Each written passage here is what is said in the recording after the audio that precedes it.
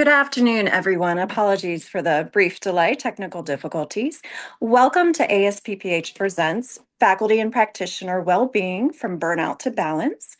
We're so glad you're joining us. My name is Erin Williams, Director of Membership at ASPPH, and there is absolutely no question that it is a demanding time for academic public health. And today's session, very timely, is all about practical ways to navigate change, reduce burnout, and focus our energy where we can make the greatest impact.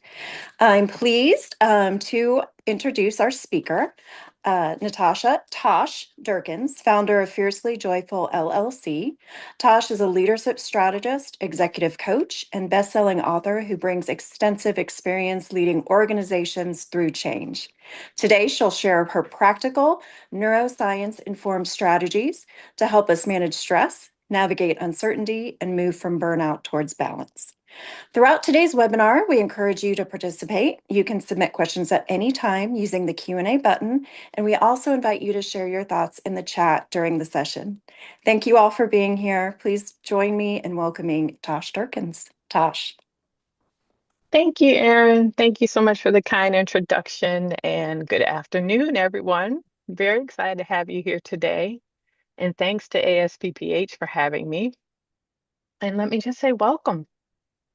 Listen, whether you are faculty, staff, practitioner, navigating enrollment and academic politics, working on administrative challenges like funding shifts, Erin said it well. Your change load is incredibly heavy right now.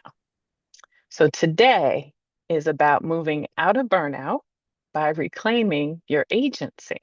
And we're going to talk about what agency means in this context. But let me set the tone immediately.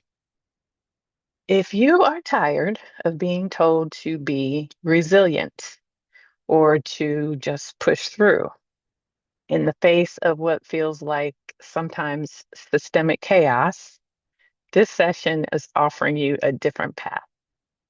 Today is about steadiness rooted in agency. So let's get aligned on a couple concepts for today. I said agency twice. And what I mean when I say that is I'm referencing that which is within your control. Also, when I use the word leader today, please note I am not talking about your title. It's not about whether you're a manager or supervisory. What I'm talking about is your capacity for self-leadership. In other words, think of it as your ability to regulate your own nervous system and choose your response regardless of what is happening around you. Okay. So let me share my screen. I'm going to pull up some slides for you all. And we're going to walk through this. See, hopefully everyone can see the slides. It looks like they're presenting. Okay, very good. All right. So before we dive in too much further, let's validate the reality that you're experiencing right now. So I just mentioned change load. What is change load? I'm talking about uncertainty that you're navigating. I'm talking about stress that feels systemic and a lot of responsibility that feels like it just never lets up. And when I said earlier, this session focuses on being steady and rooted in agency. The goal is to not just survive. I want you to be able to do more than survive. I want you to be able to focus on leading yourself from a place that feels steady and grounded. So I need your help. I would love to hear from you in the chat. Type just one word that describes how your change load has felt this month. And just drop it into the chat. Is it heavy? Is it relentless? Exhausting? I'm dying to know. Exhausting, yes. Thank you so much. I see exhausting. Never ending, right? Overwhelming, intense. Yes, you're all feeling this. Draining, continuous concerning. Excellent. Thank you so much for sharing. Because here's the thing. Relentless, unfair. Ooh, very good. The first part of all of this is being self-aware. So congratulations to you all for paying attention and not ignoring it. And I'm going to give you some tools to navigate it. Let's see, stressful is another word I see here. Another one that came up, it says the change load has not felt too overwhelming this month because people have been on vacation. So email traffic has gone down. Have mercy. I'm sorry that that vacations is the thing that is easing, but I'm happy that you're getting a break and some relief. All right, let's proceed. I see complicated has come up as well. So let's talk about the circle of influence. Okay. So there's this thing called the responsibility trap. It's when we face that level of overwhelm that many of you are feeling, if not all of you, our instinct is, well, let's just try and control everything. Let's get everything under control, right? And there's a framework from Stephen Covey called the circle of concern and the circle of influence. Many of you have probably heard of it. Burnout accelerates like full speed ahead when we get caught in the responsibility trap. So think of it as when we feel personally exhausted by problems that we cannot actually fix. For example, funding landscapes, can't fix those. Evolving mandates, systemic issues. We'll spend all of our energy spinning our wheels in that circle of concern, when instead we want to move ourselves into a circle of influence. Now, before we get there, I'm going to ask you to do me a favor, pull out a piece of paper, open your notebook, or open your notes on your phone if you've got your phone in front of you. What I want you to do is just take a few seconds and write down your one biggest, heaviest current stressor. I'm going to give you a few seconds. There's something about seeing it on paper, so I want you to go ahead and write it down.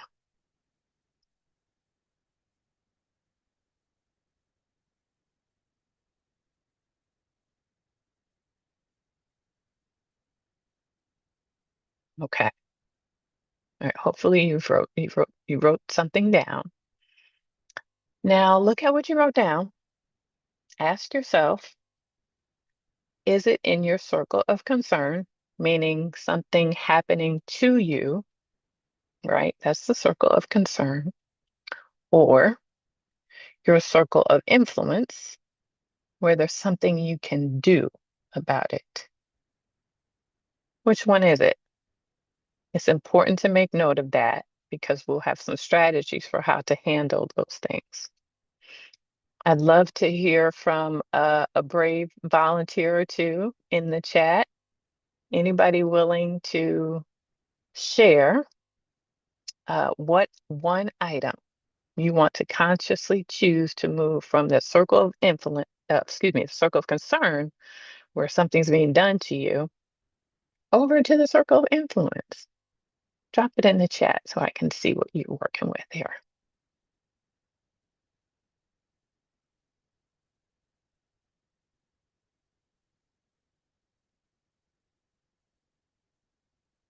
Okay, thanks for folks for weighing in. I see leadership.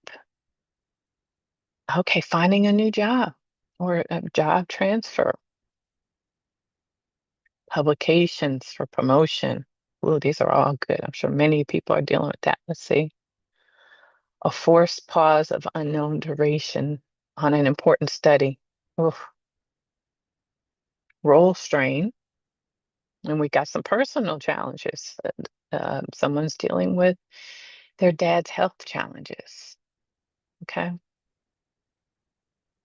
So the thing about this is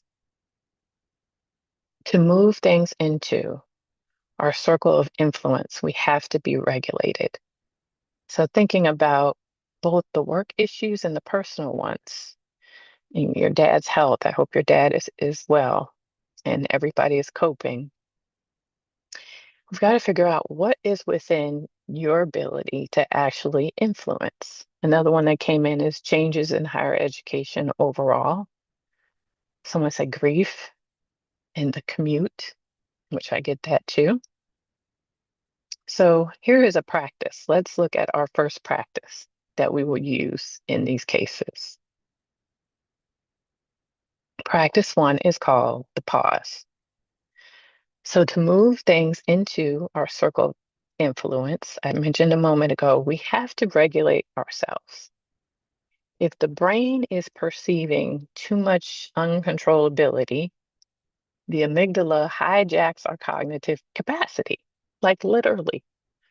You literally cannot navigate burnout effectively or make clear decisions when you're in this hijack state.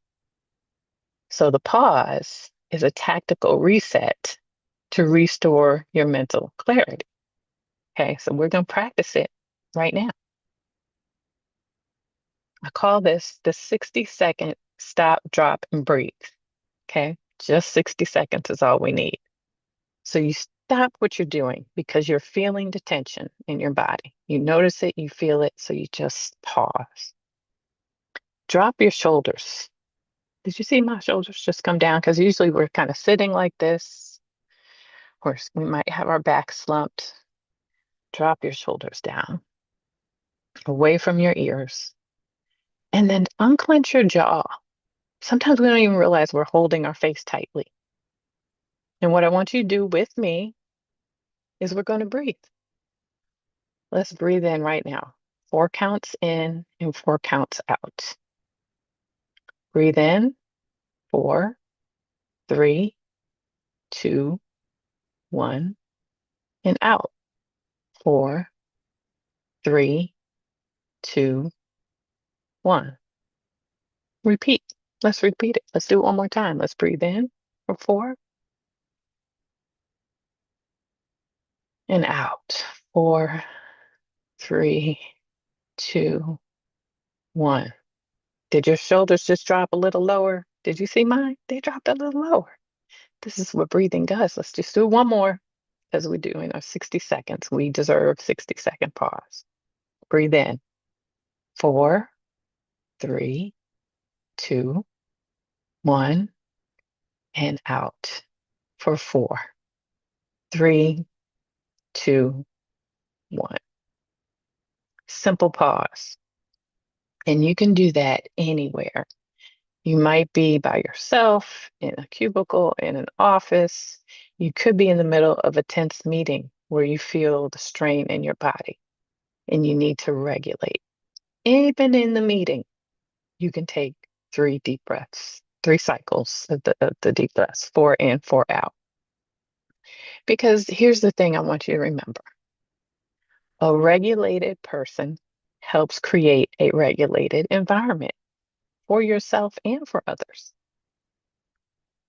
So I want you to tell me in the chat, when in your daily routine do you need this pause the most? So for me, it's before I start opening emails because goodness knows what I'm going to find in the emails and I just get stirred up, right? Is it before a specific staff meeting? Is it before a recurring conversation you have? When do you need to pause in your daily routine? Mm, I see those. Yep, emails. Okay. People say in the moment when I receive unpleasant news. Excellent. Before a presentation, yes. Every Monday morning before starting the week. Many of us, yes, feel that, right? Before certain leadership meetings. I think I need to pause the most an hour into the workday when I'm looking at the rest of my to-do list. Yes, to-do lists start to feel overwhelming, right? When certain people come around, when I'm at the computer too long, before and after emails. So there's so many opportunities. And there's no limit to how many 60-second pauses you can take during the day, right? You take it when you need it. You get to do that. This is a way of honoring yourself. Nobody's giving you permission. You give yourself the permission. And when you recognize your nervous system is starting to respond in a way that's uncomfortable, do the pause. Take the pause practice, okay? All right. continue. Now, practice two. This one is pretty interesting. This is about energy mapping. All right. So, the title of this webinar is From Burnout to Balance. But let's all be honest, balance doesn't mean 8 hours of work and 8 hours of rest. That's often impossible in your roles, right? Balance is what I consider an energy equation. So burnout happens when you spend more energy than you earn. Think about that. Spending more energy than you're earning to refill. Balance is then achieved when you intentionally manage your restorers to equal your drains. Think about this. On your notes, on your paper, or your note on your phone, I want you to imagine two columns. If you're on your phone, you can just do separate rows. But what I want you to first list is what are the top three things draining you? So examples could be someone mentioned their long to-do list, tasks. It could be meetings where you feel like you walk away and nothing has been settled. Sometimes it's people, right? Sometimes people cost you energy. Pay attention to that. For example, in particular, pay attention to um, what I call the emotional sponge drain. Many of you may have that, especially in your field, which is absorbing the anxiety of your students or colleagues. Okay. And now, what are three restores? The three things that give you energy back, right? Is it taking a walk, being outside in the sunshine? Are there certain people that you just always feel good around? Could be your family, could be people at work. Are there moments that replenish you? Is it meditation? Drop into the chat for me one thing that's a drain and one thing that restores you.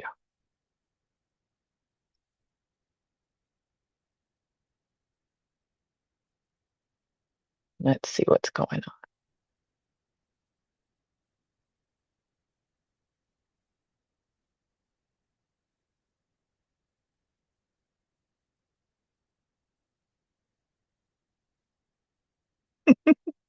Person after my own heart. The drain is email and the restore is happy hour.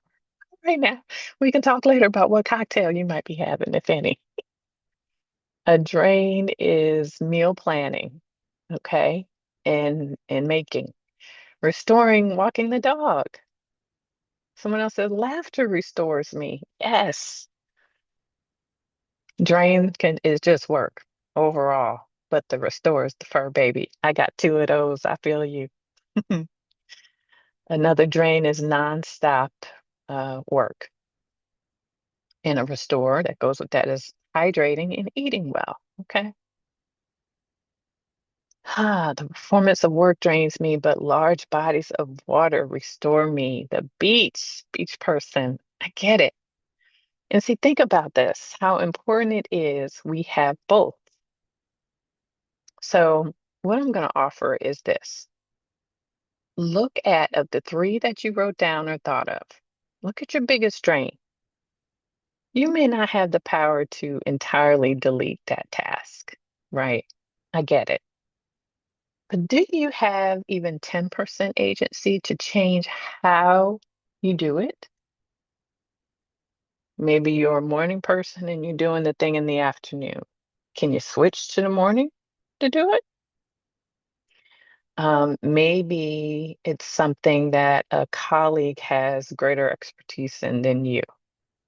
You can't delegate it to them, perhaps, but maybe you can get them to review it and give you some ideas so you don't feel like you're carrying the burden alone. So just think about that 10% of agency to change how you do it. Okay. That will start to fill your cup. That will start to restore. And that's going to be critical to sustainable leadership. Can you Shorten a meeting. Like maybe there's a meeting every week that's 60 minutes long, and the first 15 minutes maybe are spent on personal catch up. How was your weekend? It was great. I'm doing this, which is fantastic, but doesn't have to be done in a meeting, right? Could be done in between. When you drop by someone's office, and maybe that meeting becomes 45 minutes and you get 15 minutes back for your walk. Is there something you can delegate? Is there a boundary that you can set? One of the things I hear so often from people who lead themselves and others is the meetings are insane. Go from meeting to meeting to meeting, no breaks in between. You're struggling sometimes to make it to the restroom. You're eating lunch at your desk because you have tons of meetings. Can you set some boundaries around what that looks like for you? Maybe you block a meeting that's actually lunch and set your calendar to automatically decline meetings that come from 12 to 1. Now, if you can't go that far, I understand, but at least block the time so people don't generally feel it's free and they can just schedule over it. Another boundary there is to not say yes when people request meetings that don't have to happen at that time. Don't feel like you have to say yes. No, choose you, have your lunch and say, can't do 12, but I'm free at 1:15. How's that work? That's all it takes is to have the boundary and to hold it. Okay. Now, let's get into another tool called the clarity conversation. One of the biggest drains that I see is ambiguity drain. Your energy leaking, not so much because the work is hard, even though I know it is, but because expectations are just not clear. So on the screen, you see a framework called the clarity conversation. Please take your phones out and screenshot this. Because when you are drowning in ambiguity, this is the script to use so you can manage up or across or down if need be. But the thing to remember is don't wait for clarity. You actually want to create it. So the first step is naming the ambiguity. Get very specific about what exactly is unclear. Ask the questions. Please share your expectations. Please share the timeline. And who's the decision authority on this thing, right? Then request a conversation. I want to make sure we're aligned on this. Can we take 10 minutes to meet? Don't go back to your desk, your office, and spend 30 minutes spinning trying to guess what the expectation is or guess what the ask is or the deadline, etc. Just have the 10-minute conversation. You deserve that. Get clarity. And lastly, confirm and document. Close the loop. Do a brief written email summary of what you learned because having clarity that you can go back and reference helps it stick. So make sure you use the clarity conversation. Never sit in ambiguity. It's not a requirement, and it's actually totally within your circle of influence. Okay?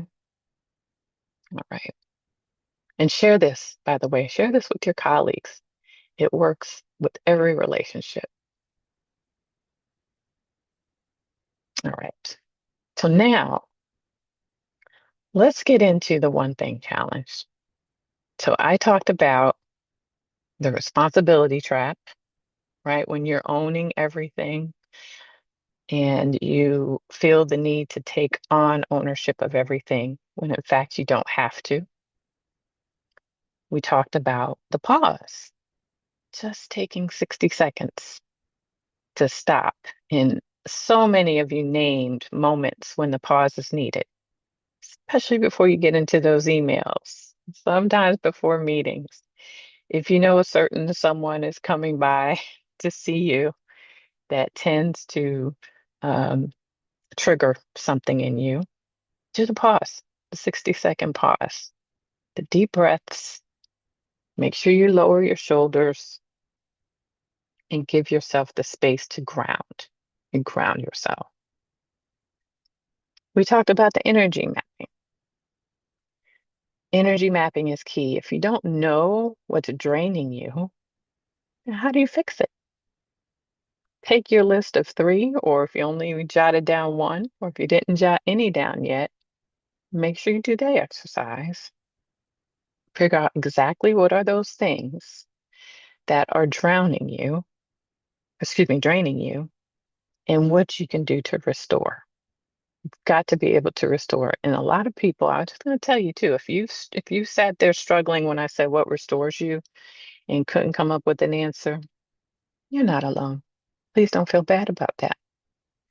You know how many people, especially my coaching clients, cannot answer that question because they spend their time at work and at home focused on everyone else. So they don't really know what fills their cup anymore. They've lost a bit of that sense of self. It's okay. Now is your time to come back to you with this exercise, the energy mapping.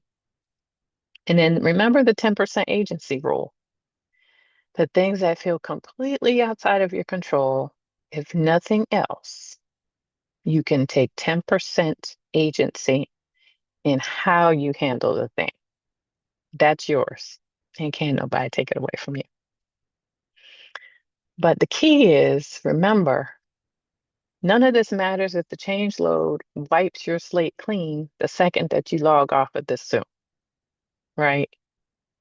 So, what I want you to do is remember agency is built on small things. You all are high achievers. And what do high achievers do? Sometimes we want to boil the whole ocean and fix everything. And you can't, right? Start small. Small things that are very specific create momentum, right? Grand plans, they really do stall. Um, that is something that I have experienced time and time again. I'll come up with a grand plan because I'm going to lose some weight, right? Get healthy. And suddenly I want to add to my daily routine exercise, meditation, reading every day, um, and usually a healthier eating. All four of those at the same time, that's ocean boiling. That's ocean boiling. But maybe I just decide I'm going to walk for 15 minutes, as many days as possible every week, and give myself some flexibility there. And also, when you're thinking about the one thing, I want to tell you this. None of us are perfect. You're going to set your one thing, and we're going to get to that in a moment. You're going to set your one thing, and then something will happen. Environmental factors come up, and you can't follow through. That's okay. You pick up where you left off. One of the things I've experienced with a lot of clients is they'll make the commitment, they'll stick to it for a couple weeks, and the moment something goes awry, they just give up completely. No, don't give up completely. Give yourself grace instead because you deserve it. And why erase the wins of the 2 weeks where you had success? Miss a day and come back. So here's the tactic. Make a rule for yourself. The rule is, for example, if what I'm going to do is the 60-second pause before I read emails every morning, I will never miss 2 days in a row. Hmm, okay. So I do it Monday, I do it Tuesday, skip it Wednesday. Well, Thursday rolls around, I'm going to come back to it because my rule is not to miss two in a row. It's okay to miss a day now and then. Give yourself that grace. Okay.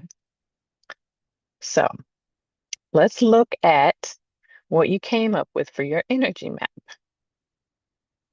What is one specific action that you can take this week to reclaim agency over a drain? Now, here's the key. I want you to make it small enough that you can't say no to it. Can't say no. Nice and tiny, but just enough to create momentum. And we're going to do a chat waterfall with your one thing. So I want you to type into the chat, but don't hit send yet. I want you to type into the chat your one thing. I'll give you a few more seconds to think about it. You're going to type it into chat. And then when I tell you, get your fingers ready, then that's when you're going to hit send because we're going to make a collective commitment. Okay, so keep thinking. I'm going to give you a few more moments to think what is the one big thing that's small enough that you can commit to? Someone said, I have a coffee mug that says grace over guilt and try to live by that. I love that. Yes, give yourself grace. And when you feel the guilt coming up, don't feel bad about that too. Just notice it. Just notice the guilt. Be aware that it's there. And if you can, take some time to reflect on where you think that's coming from. Y'all are hitting enter. Okay, I see people, and everybody's ready to share their commitment. Go ahead and hit send, y'all. Share the commitment, and I'm going to share them with you guys. Let's see. Okay, get to bed by 11 p.m. Love, very achievable. Okay. And FYI, 11:05 is a win. It's even 11:15. Consider that a complete draft equals a perfect draft, and it's done. Oh, I love it. Complete. Yes. So it's a progress over perfection. Fantastic. Schedule my 30-minute walk on my calendar. Yes, please. And hopefully multiple days a week. Nature walk most days. Yes, clearly a restore. Walk the dog 20 minutes per day, weather permitting. Love it. Ooh, 5 minutes of weights 3 times a week. Love. I bet I just started doing strength training, y'all, and I've lost almost 38 pounds because I finally upped my game in strength training. I only do twice a week. Put the phone away for at least 10 minutes after work to decompress. Ooh, I love it. And let me just suggest that when you do that, don't do anything else. Don't watch TV. You could either listen to music if that suits you, or sit in stillness. Oh, you will feel so restored after those 10 minutes. Let's see, 5 minutes of me time in the middle of my busy days. Monday, Wednesday, Friday. Yes. Excellent. Okay. Take one day off from course updating. Take the day, a whole day. Go for a run. Okay. I love it. Love the runners. I'm on vacation the rest of this week and I am not going to check email even while I am off. Thank you. Thank you. So make a decision right now of when you will check the emails. Monday, whatever day you're back is the day. So that means the phone maybe can go or the email notifications off, right? Love it. Think happy thoughts after waking up. Mm, gratitude, y'all. That's a perfect opportunity. Just what are 3 things you're grateful for? Yes. It just starts you off with a perspective that fills you in a good way. Showing up authentically is more important than showing up perfectly. Fantastic. Oh my goodness. You guys got this. Go to the park and read for an hour. Okay, I love that too. But see, I don't think I'm going to do the reading for an hour. I'll be busy people watching. But that soothes me. That fills me up. Um, done is better than perfect. Okay. See, you guys, you get it. You totally get it. So that's your one thing. Okay.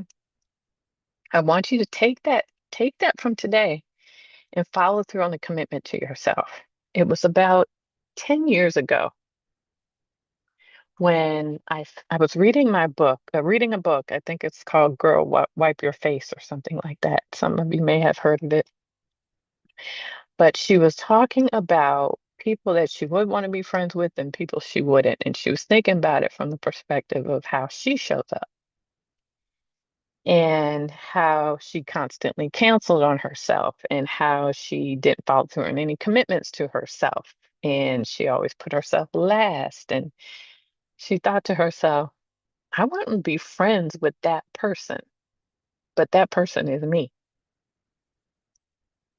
You could choose better. You can choose better for you. So take the commitment, recognize you're not going to perfectly execute it, but execute it. I really am grateful for you showing up fully and vulnerably today for yourselves and those of you that lead teams for your teams. You know, I want you to know, of course, I cannot promise that your funding will stabilize or that the system will stop changing. But I do promise that when you reclaim your agency, meaning you pause, you seek clarity, and focus your energy only on what you can influence, you become the eye of the storm. So remember, you cannot always control the storm. Say that to yourself. I cannot always control the storm, but I can control how I navigate the ship. I strongly suggest printing that statement out, printing out the slides. We will be sharing the slides as well as the recording afterwards. But printing that out and posting up right where you can see it, or typing it on your phone and making it your background. You cannot always control the storm, but you can control how you navigate the ship. So before we go to questions, and if you have some questions, go ahead and put them in the Q&A. I'll start answering those. But remember, I said at the top of this, that this is about self-leadership. It's not about leading people. It's not about titles. It's about the self-care that comes from leading yourself first. Okay? Follow through on your commitment. And also be assured it can change. Whatever commitment you've made today may end up being the wrong one. Guess what? No problem. Change it. You can evolve. You try it out and realize this is not working the way I said I was going to walk for 30 minutes 3 times a week, but I only have 15 reliably. Okay, change it. It's not a fail, it's evolution. Lead yourself first. Okay, let's see. I've got a question here in the chat. Let's see. For those of us in organizational leadership positions, how can we help steady the ship for those around us who we supervise? Thanks for any tips you have. I honestly would suggest sharing these tactics with your team. But the most important way that you can help your team steady the ship is by doing it yourself. They're going to take your lead.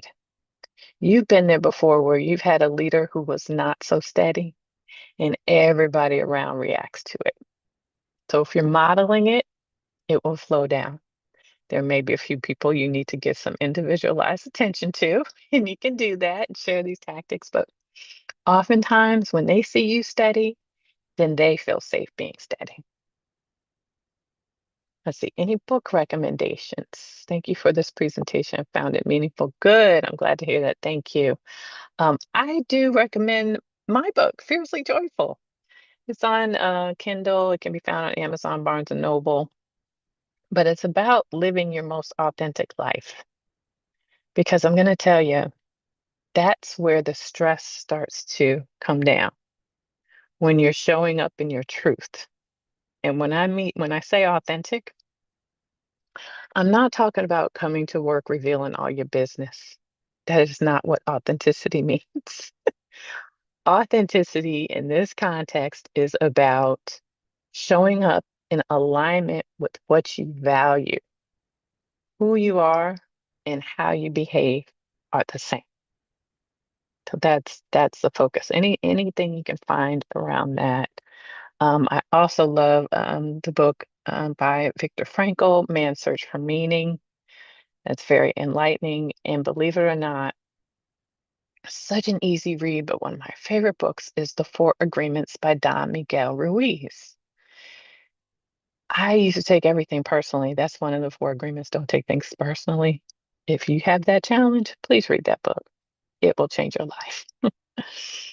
Let's see. Can you discuss the differences between participating in activities that help you regain function so you can keep functioning versus those that actually restore you? The latter seems to me like it would take more time. Restoring actually doesn't take a lot of time if you have clarity on what is restored, what restores you. And if you don't, I mentioned earlier, that's okay. This is the time to sit down and think through what those things could be, but it could be something and should be. Start with simple things. Like if you wrote down what restores me is 10-day cruises, we're going to have to find something else because you can't go on a 10-day cruise every time you turn around, right?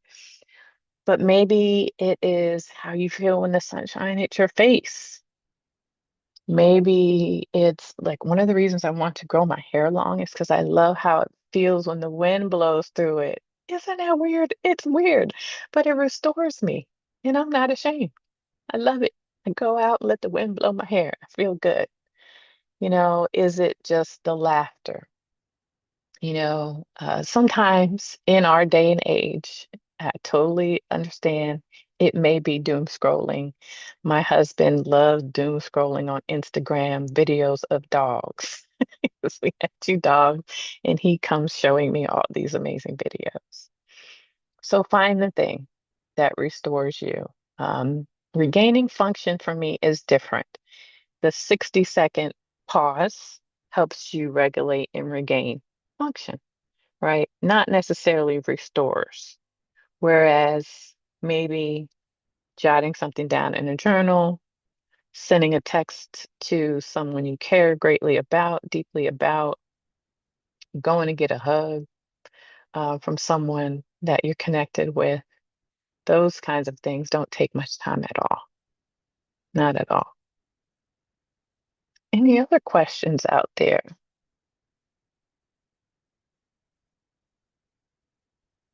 Thank you. Thank you. You guys put the one from the Q&A in the chat. Okay. If not questions, I want to know what is your one major takeaway from today's session. If you could put that in the chat, I would really appreciate it.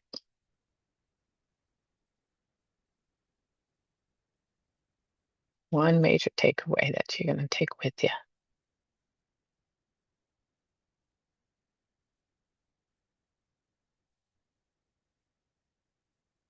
And let me know if you, oh, sure, I can repeat the book recommendations.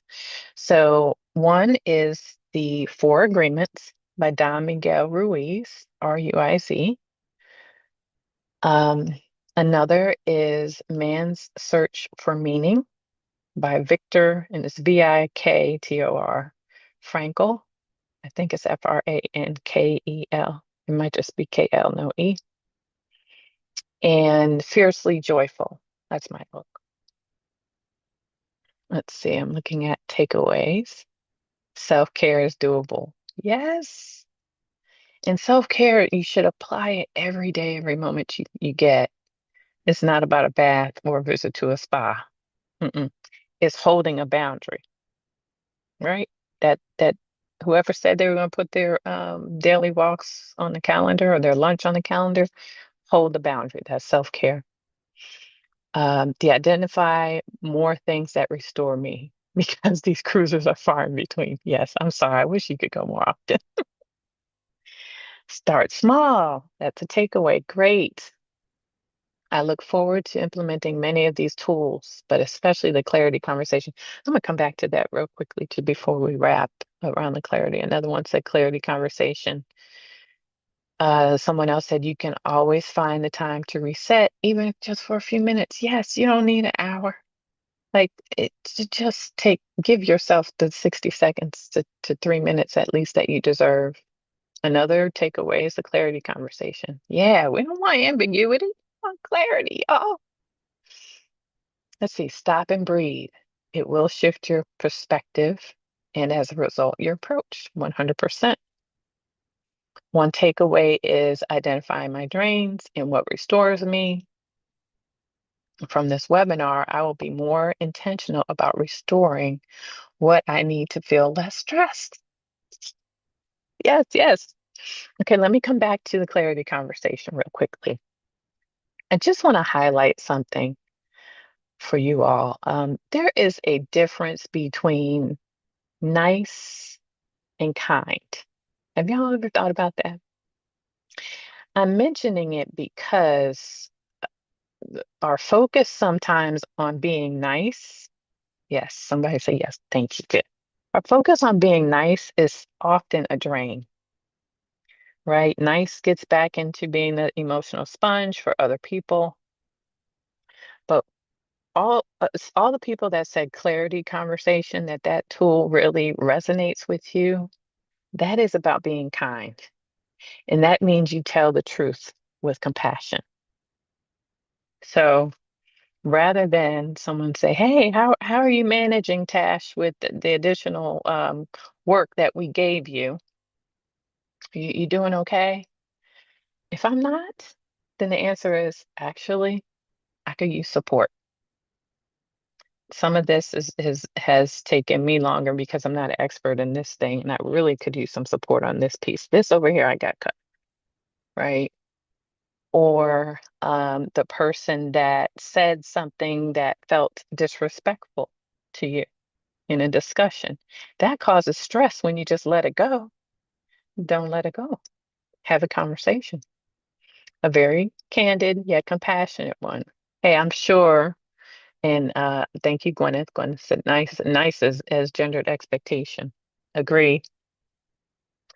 And I would say to someone, hey, Aaron, I know you didn't intend it because I know you well, but when you made that statement about my idea in the meeting, it made me feel like my thoughts and perspectives were not valued. And I want you to be aware. People need to know I'm not going to carry home the stress, even though I know Aaron meant right by me. I'm not going to carry home the stress and just be angry and then start wondering that Aaron mean it on purpose. Is she out to get me and all? No. So just remember the difference between nice and kind. Kind is candid with compassion. So use that clarity conversation. Okay, and with that, I think I'm going to wrap it up and turn it back over to Aaron. Thanks, Aaron, for letting me use you as an example. Well, Tosh, you know that I always support you.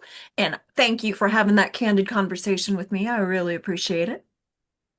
Thank you You so bet. much for your time today. I think it's just such a refresher just to know that it's okay and we're all in the same boat. And we need to find that, eye of the storm, and we can't control it, but we can, help navigate our way. So thank you so much, Tosh. I really appreciate it. So we have recorded the presentation. We will share the slides with all the registered attendees today. And you can access that shortly on our website. We also have future webinars coming up in September and October, so you can check out our website for that. And with that, thank you so much. I hope this gave you pause, gave you some opportunity and some acceptance. So thank you, Tosh. I always appreciate your time. Thank you so much. Take care, everyone. Bye bye.